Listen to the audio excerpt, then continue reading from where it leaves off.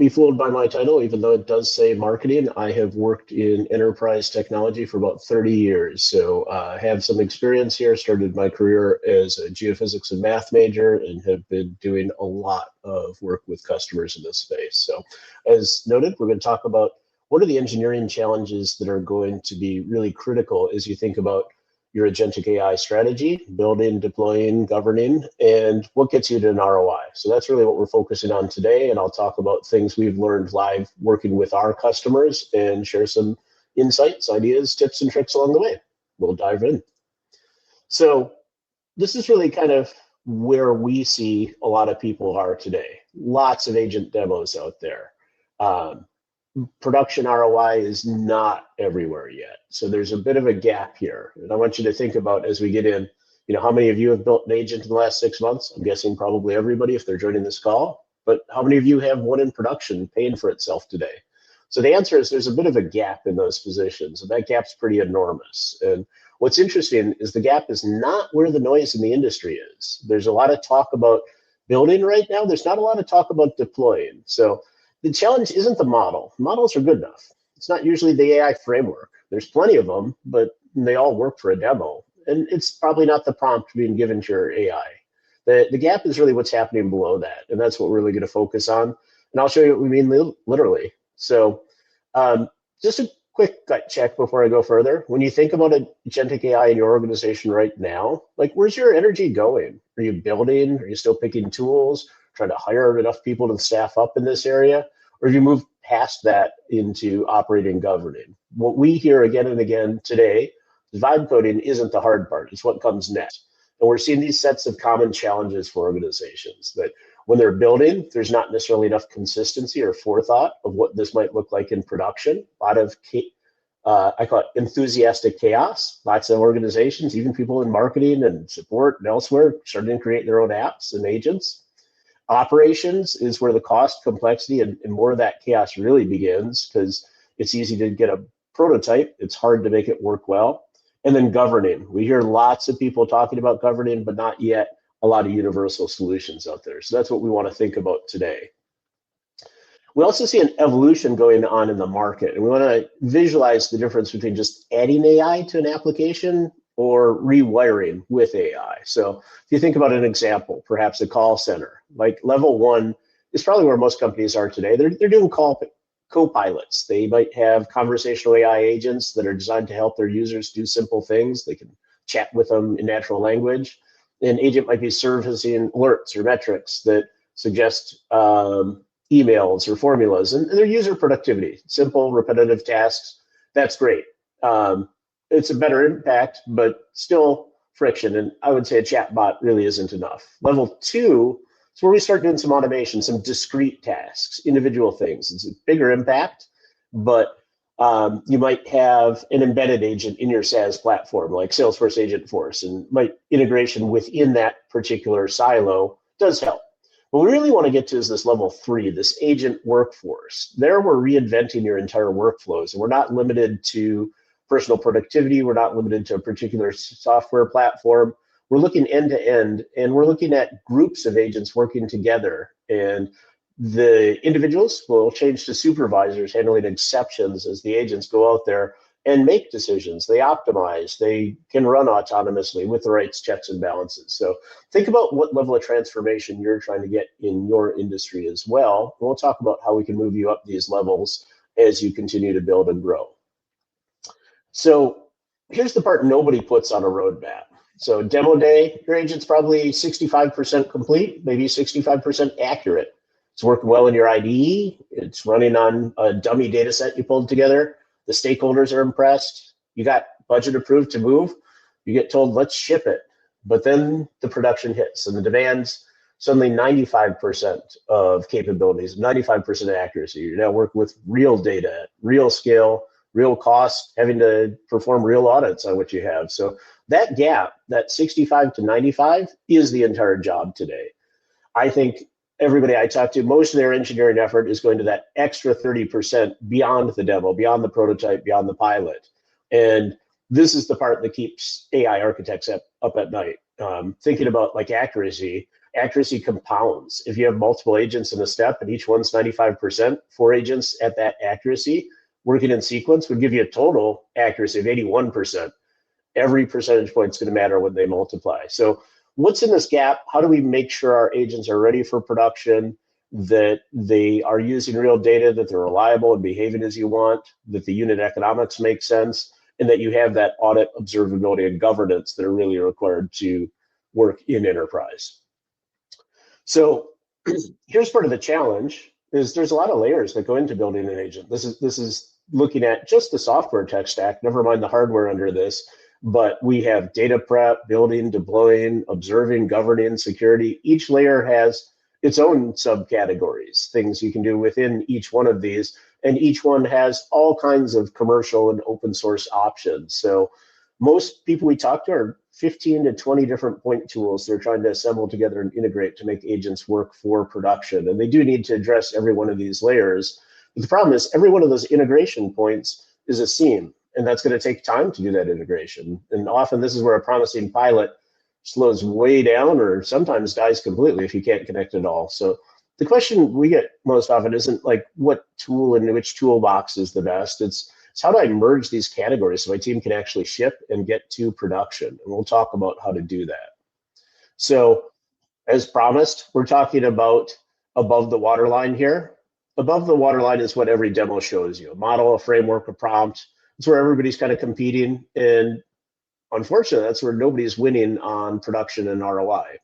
Below that waterline, this is where you hit the gates that for every production agent we've seen working with hundreds of customers and thousands of agents, there's 3 different things people run into. One is the developer experience of adding enterprise readiness to an agent. This is like making sure it's fully baked. It could be authorization, audit capabilities, evaluation, governance, all the things that the framework didn't automatically ship. Number 2 is thinking about agent identity and authorization. Your identity IAM stack, I mean, that was designed for users, it was designed for services. Agents really aren't those.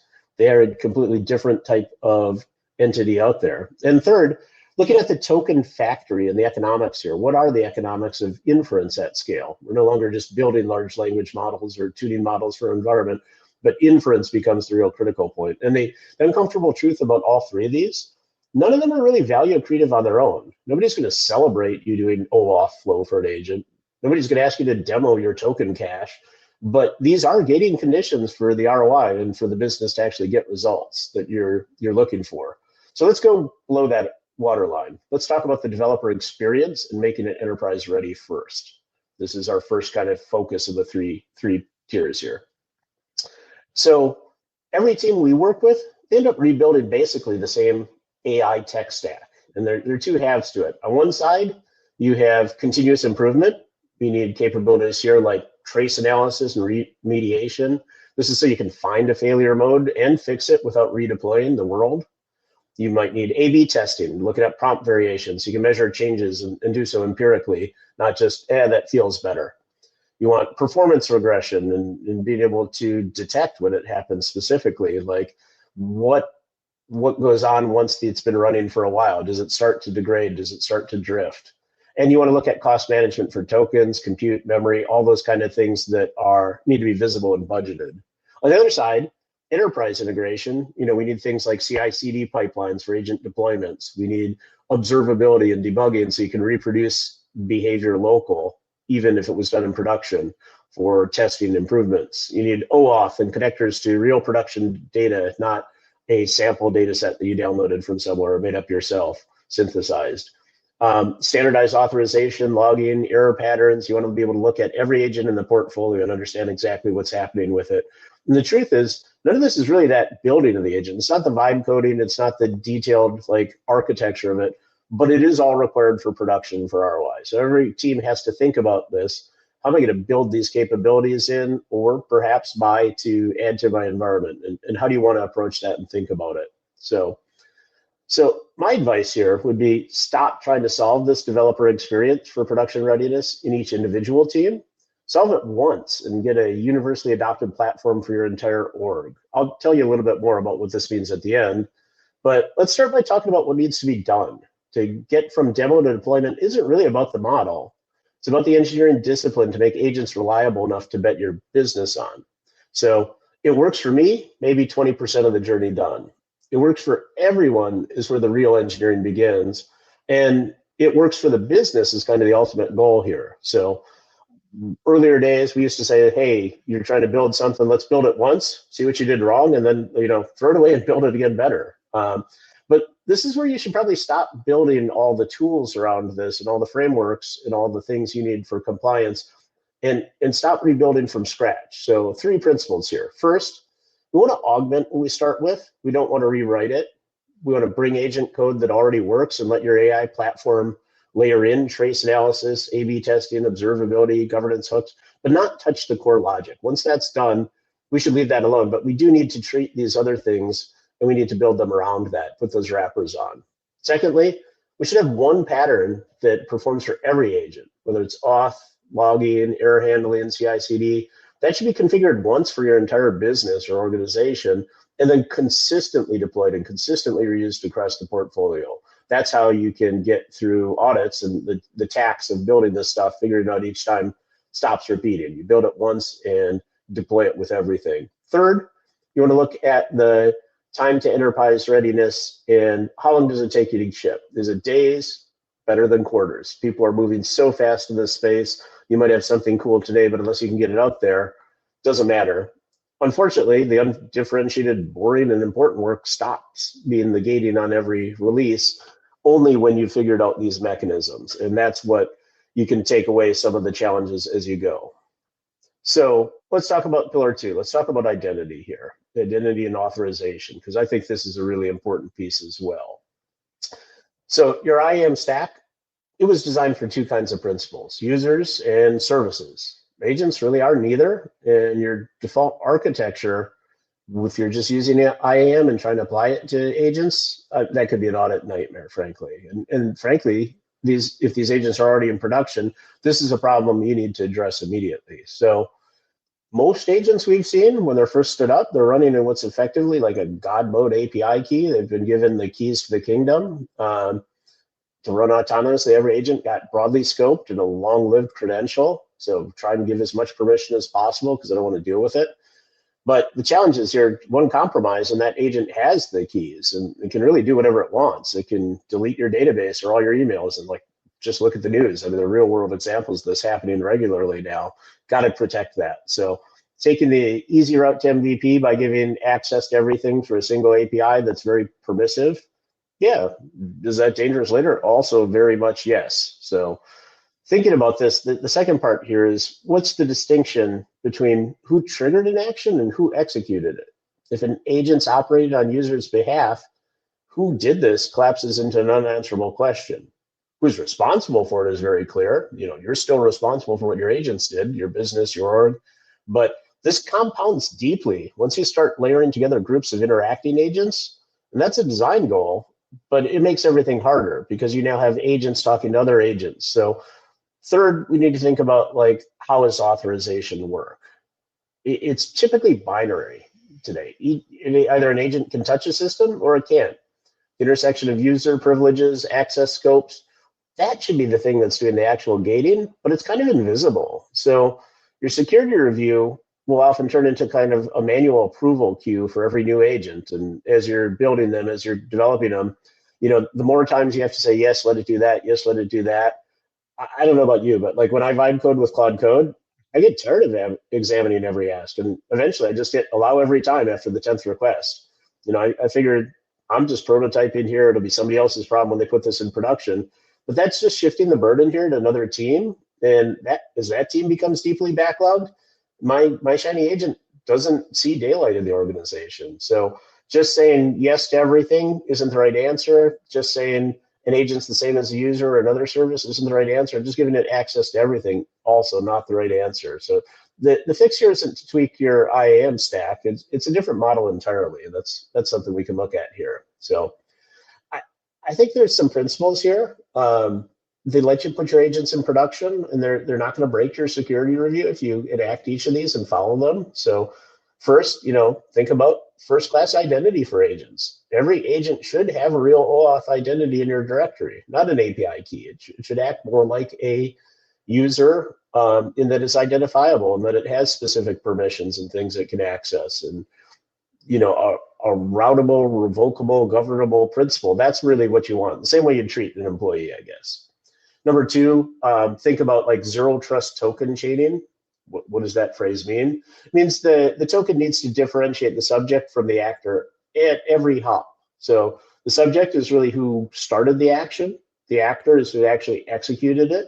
So the chain might be human to talk to a research agent, to talk to an execution agent, to talk to an API. You need to capture that flow end to end and understand what happened at each stage.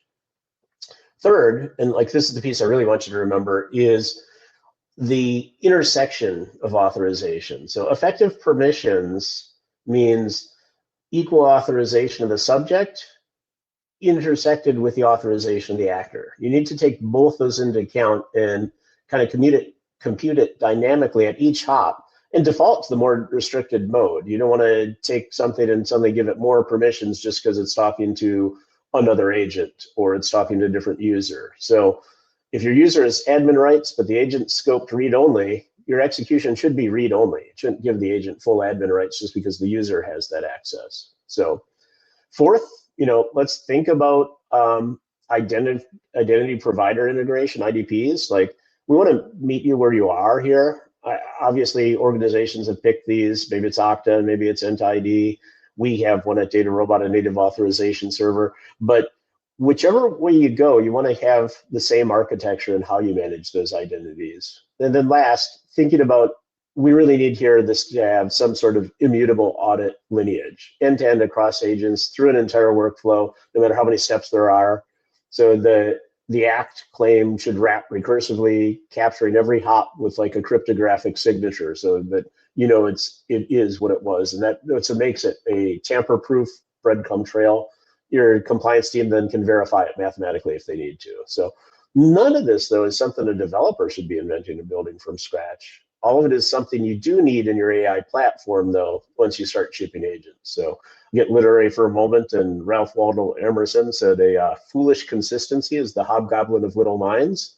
But it's also absolutely necessary in the case of autonomous agents' behavior. We need consistency, and we need to make that almost a religious consistency in how we treat their identities and how we provide the right protections here. So that kind of takes us through our third category. Now let's talk about the part that determines whether or not you actually have an ROI. And these are the token factory economics of the environment. What does it mean to track and try to prove that this agent is a better way of doing things than doing it manually? So today, most of these AI applications, they're built tightly coupled to inference engines and the GPUs they run on. That's totally fine for a proof of concept, but it really becomes kind of fatal at scale. So three things will start to break. First of all, you'll have best effort inference, and that really leads to unpredictable cost. Token consumption can swing with prompt length, retries, tool calls. It can really explode if something gets stuck in a loop. So the challenge here is finance can't really model unit economics as you start to scale and deploy. So really, remember the main premise agents here is to streamline workflows and make them faster and more cost efficient. If it was cheaper to do it with people, we would, but let's get some automation in our environment. But your CFO, he's not going to approve an agent roadmap if he can't model the expected costs. I mean, to them, they go, this could end up costing 10 times what we're doing today. I don't know.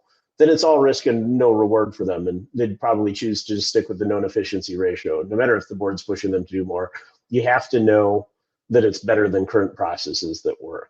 So second thing to think about here is scaling is really going to expose this coupling. If your app is tightly tied to individual GPUs, GPU failures, partial scaling for RAG, auto scaling metrics, every one of these is really important. And every one of those can turn into a kind of a deep infrastructure problem once you hit the limit of GPU, and you need to figure out a new architecture for your agent. So honestly, if you tried to do it this way and then just wing it on the fly, you'd probably need something like an SRE for GPUs on every agent team to kind of work out, how do we manage this? How do we make sure the agents are performing and using the GPUs efficiently, effectively, reliably, et cetera. So the last real challenge here is there's often no price or SLA tiering. So every request, if you haven't figured this out, it's going to pay the premium price. So even a low priority work um, could determine what your ROI is if it's taking resources from other things. So if a low priority agent could ride spot capacity, it could be pennies on the dollar. But if you treat everything equally, you're not getting that advantage. So let me give you a real example. Digress here for a moment, but bear with me. So I'm building a fantasy football draft assistant agent right now for me. Is that kind of a cheating bastard mood to win in my league? Absolutely. But I'm doing it. And it's fun. And I justify it by saying, hey, I'm learning how to build this, how to deploy an agent. It's a great safe test case, whatever. I'm trying to make this agent do a ton of live analysis beyond what ESPN gives me. Show me the pros and cons of 3 suggested picks. How do these people fit my roster? Are we going to drop off a tier cliff? We'll be around for the next round. Like, don't worry about it if you're not in fantasy football. The point is, I'm passionate about this. I could do this for hours. I could build this agent up to be something really amazing. And I could run it on our enterprise production system based on how our IT company has set me up to build and run agents in our environment. So I might share it out. But my fantasy football agent absolutely shouldn't run at the same priority as my company's customer support agent, for example. It really shouldn't be on our corporate cloud provider's GPU bill at all, but that's another story. It definitely, you need to think about, we sometimes call this the naughty intern problem. Like, what is running and what priority does it have? So we can think about this as a pattern that the cloud providers themselves sort of endorse. So the fix here is we need to stop allocating GPUs evenly to everything and start allocating inference capacity based on priority. So 3 things to think about here: token pools with a kind of determinist admission control. So figuring out where capacity should be granted or rejected before the traffic flows. We don't want to have throttling surprises once we're in production, but like defining the rules, that user basically gets a contract and the backend system gets the freedom to honor it. Maybe I can use some resources as I test and learn and build my, I'll call it my personal efficiency agent for fantasy football, but those resources should be separate or completely deprioritized versus actual company work. So then you want to think about, like, how do I tier things? If you're running in cloud, you can have premium or spot tiers. If you're on premises, you may have different levels of GPUs that you're running and dedicated to different things. But SLA bound traffic, that's willing to pay a premium price. Like, it has to be guaranteed to work if you're betting part of the business on it. Low priority work should run on heavily discounted spot tokens. There don't need to be any promises on latency here, but it shouldn't matter if I'm just doing test and dev type activities. For those purposes, when it runs is less important than something that's fully in production. So thinking about, like, the same type of GPU I might be using, the same instance type might have different prices, but now we can have a much more predictable margin by being able to allocate and assign things to different lanes. And third here, like, this is the important one. So like that user contract needs to decouple from the backend execution. So might do things like change your GPUs underneath. Hey, here's a different one. I like this one better. It's more power, less cost. Might swap my inference engine. My worker topology might get reshaped. Even where I run the workload could change. I could run mission critical stuff on-prem or on dedicated cloud compute, but maybe I want to burst into different clouds and do this for like price arbitrage on demand, or look at GPU resource availability requirements. Maybe one cloud provider doesn't have the resources I need right now. I need to look at a neo cloud or somebody else to get it. So the contract and the service level objective here, those are important, and they need to stay independent of any backend load balancing or backend deployment orchestration or where you choose to run any particular workload. And it needs to run stable. That SLO needs to be maintained, even as we want to have the ability to change and prioritize and run in different places. So let's take a look at the math here. So there's different ways to think about this, but fundamentally, like, what this works out to is we kind of have 3 different foundations here. We want one total outcome of, like, how do we get to production? How do we get to ROI?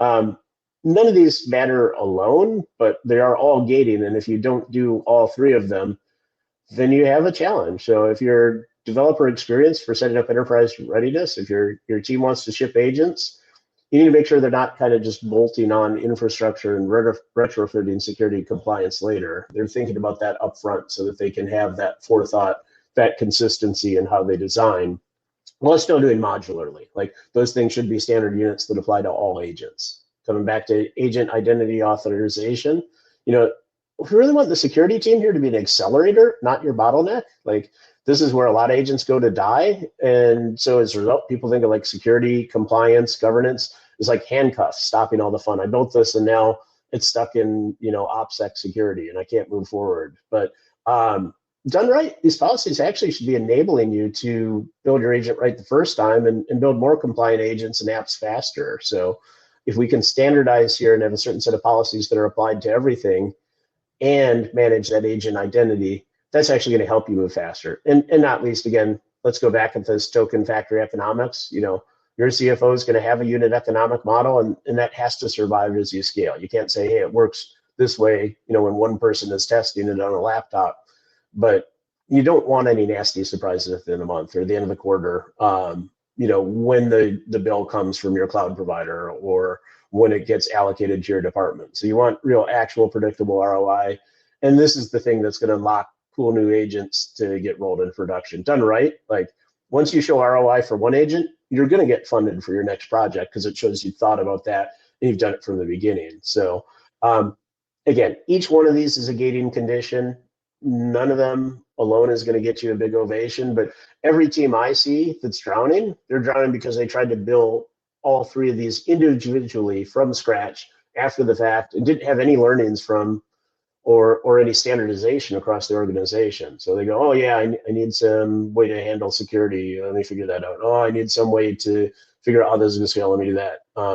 But the teams that I see they're shipping because they treated these foundations as a platform decision for AI, not three distinct types of subsequent engineering projects that end up being invented over and over again. So build these yourself. You need to, but maybe you don't need to. Don't want to drown in undifferentiated work even of inventing these. There is also the option to buy these as a platform, and then you can ship faster. So hopefully what I shared so far helped you think a little bit about what are some of the key priorities as you try and move agents from prototype to production.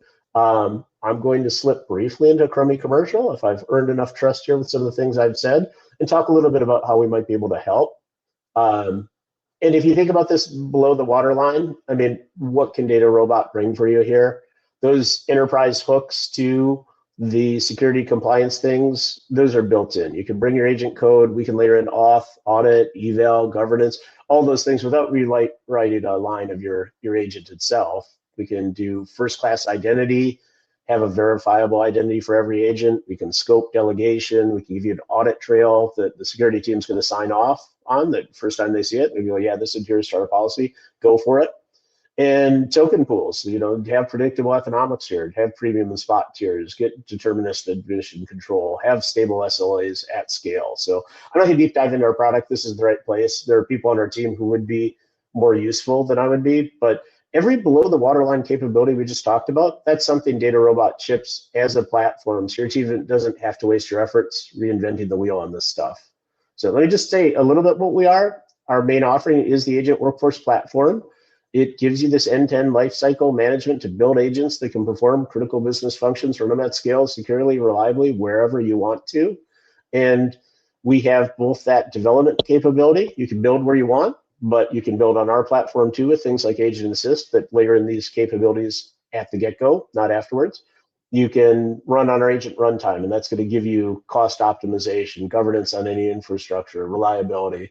And we do have a COE. Our COE, Center of Excellence, really is designed to work as forward deployed engineers hand in glove with you and help you design, implement, and activate this agent workforce for your environment. We're there to teach you. We don't need to be the long-term contract that's going to try and own it.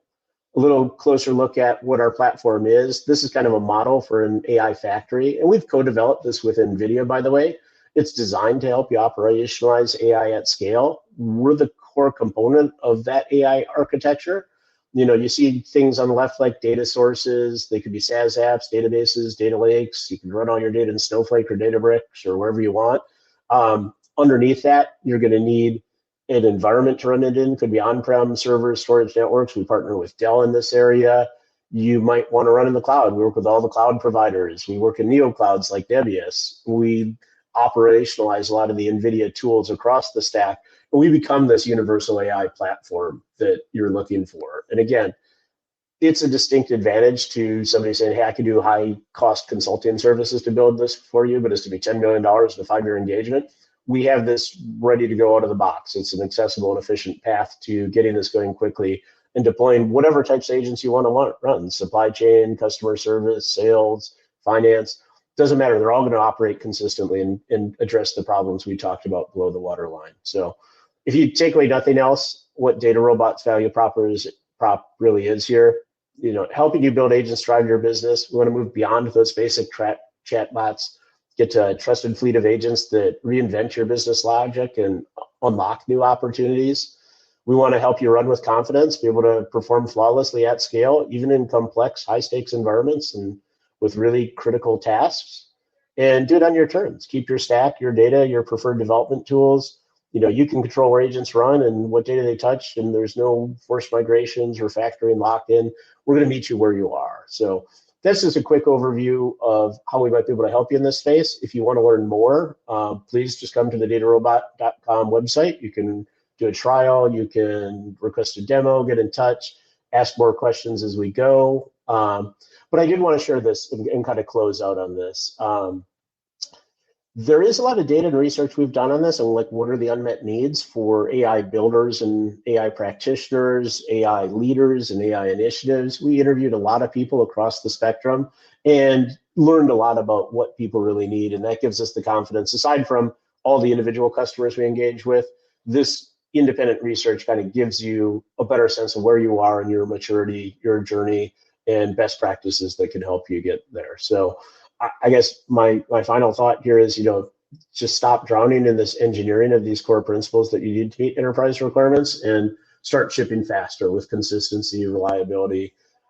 Whether you build it yourself or whether you consider DataRobot, either way, like, these are things you're going to need to do to get your app to production. And frankly, that's what it's all about. Like, you want people to use this stuff. So like, let's meet these requirements. Let's make it efficient. Let's handle all that hidden stuff below the waterline and get you there. So that's my quick talk. I hope it was helpful. And I will say thank you now. And we'll probably close on that.